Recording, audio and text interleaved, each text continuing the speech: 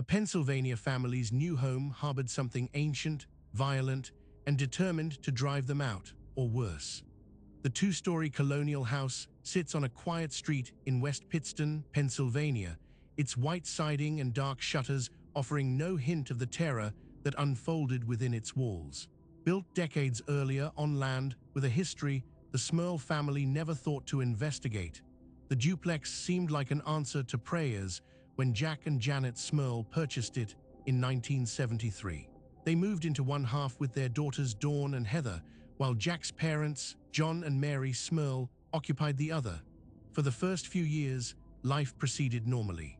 The children grew, family dinners brought both households together, and the sounds that filled the home were those of laughter and ordinary domestic life. Then 1974 brought an unexpected disruption. A devastating flood swept through the region, damaging the home and requiring extensive repairs. The family rebuilt, unaware that they may have disturbed something that had lain dormant. In 1985, 12 years after moving in, the Smurls begin to experience phenomena that will transform their lives into a waking nightmare. It starts subtly.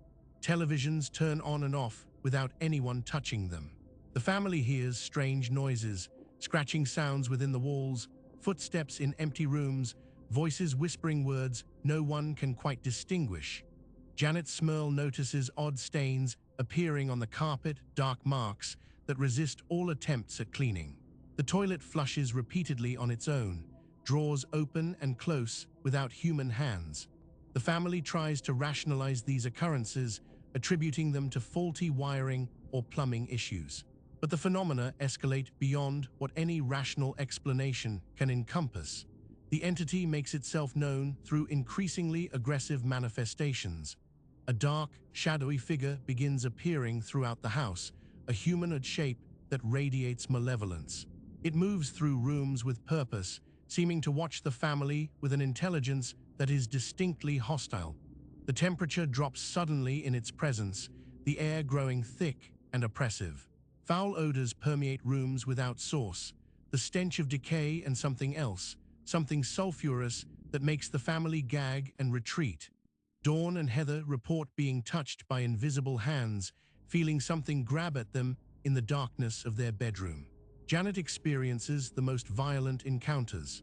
She is shaken violently in her bed, held down by a force she cannot see. The entity becomes physical with her, assaulting her in ways that leave her traumatized and terrified.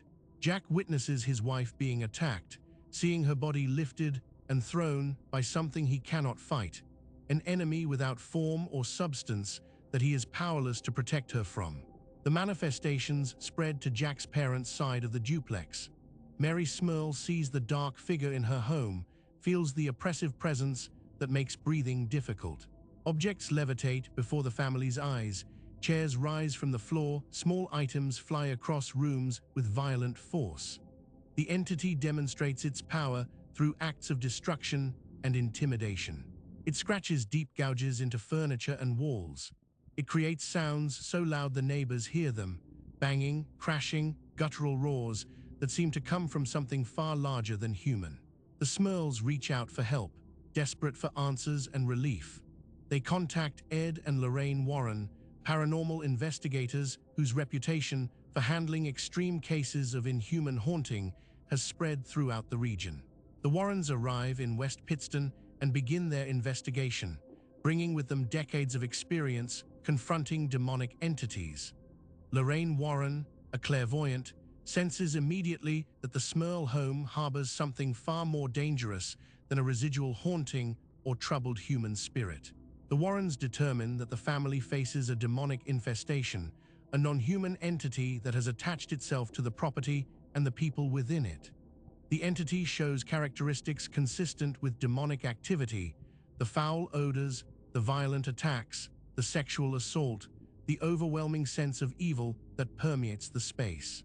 Lorraine identifies the presence as an ancient force, something that may have been on the land long before the house was built, awakened or strengthened by the flood damage and subsequent reconstruction.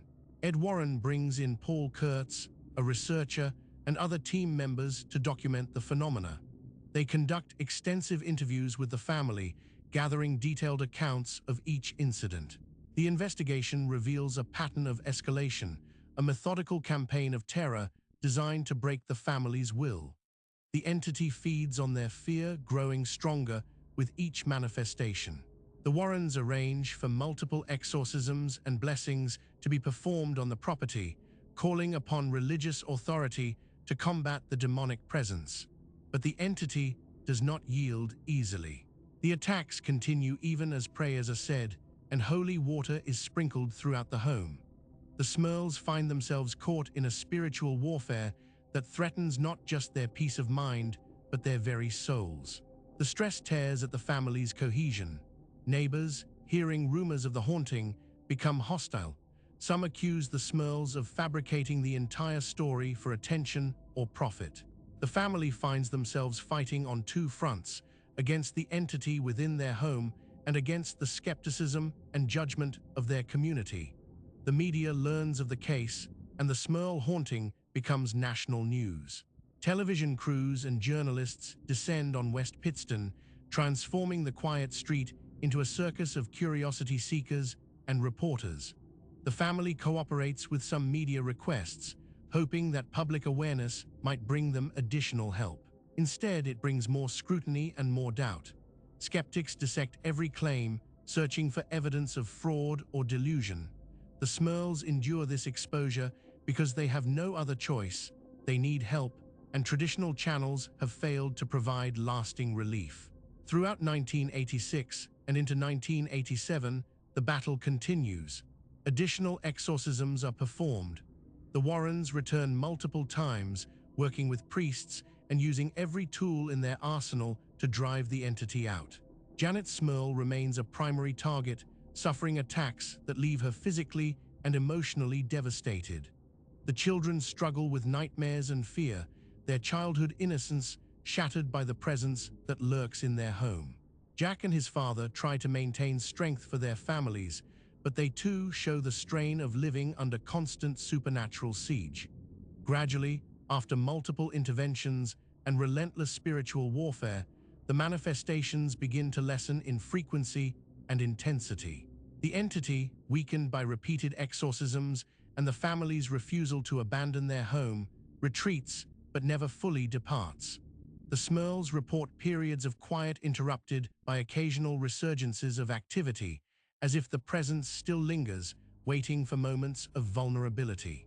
The family learns to live with an uneasy truce, maintaining their faith and remaining vigilant against the darkness that once consumed their daily lives. The Smurl haunting becomes one of the most documented and controversial cases in American paranormal history. The family's willingness to go public, despite the personal cost, provides researchers with detailed accounts of a sustained demonic infestation.